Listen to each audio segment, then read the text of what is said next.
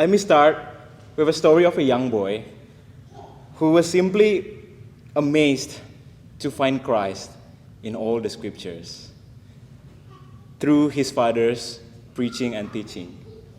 His father was a pastor at one time.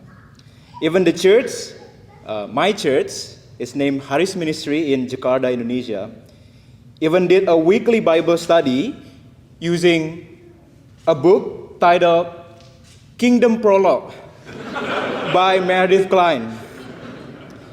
You know, if you start, there's no stop there with Kline. And it was crazy because I was in elementary school at the time, and I had to write Kline, yeah. It was crazy. It was crazy.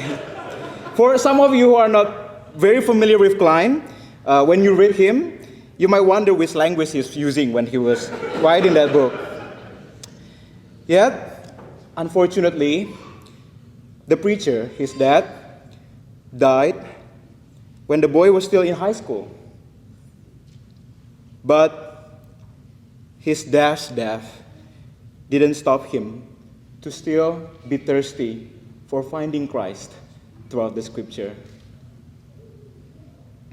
And so he started to go to his dad's library to read his dad's theological books, thinking he was the main character, he would just understand everything there.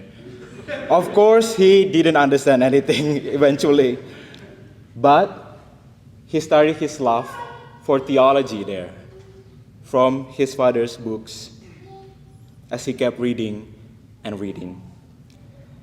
After sensing the call to ministry and being confirmed by his church, 6 years later, the boy, now the man in front of you, finally came to the legendary Westminster Seminary California.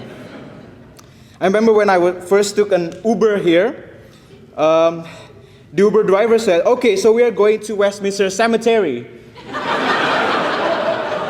He was mispronouncing our school. But who knew the driver was prophesying about our life for the next 3 years? It is a cemetery. Yeah. I mean, mastering the whole grammar of Greek in just a month with Dr. Vanny, or even transcribing, taking notes, every single detail of Dr. Van Dunen's lectures because they were so clear, only to realize after that it was so long that you had to memorize now for the finals.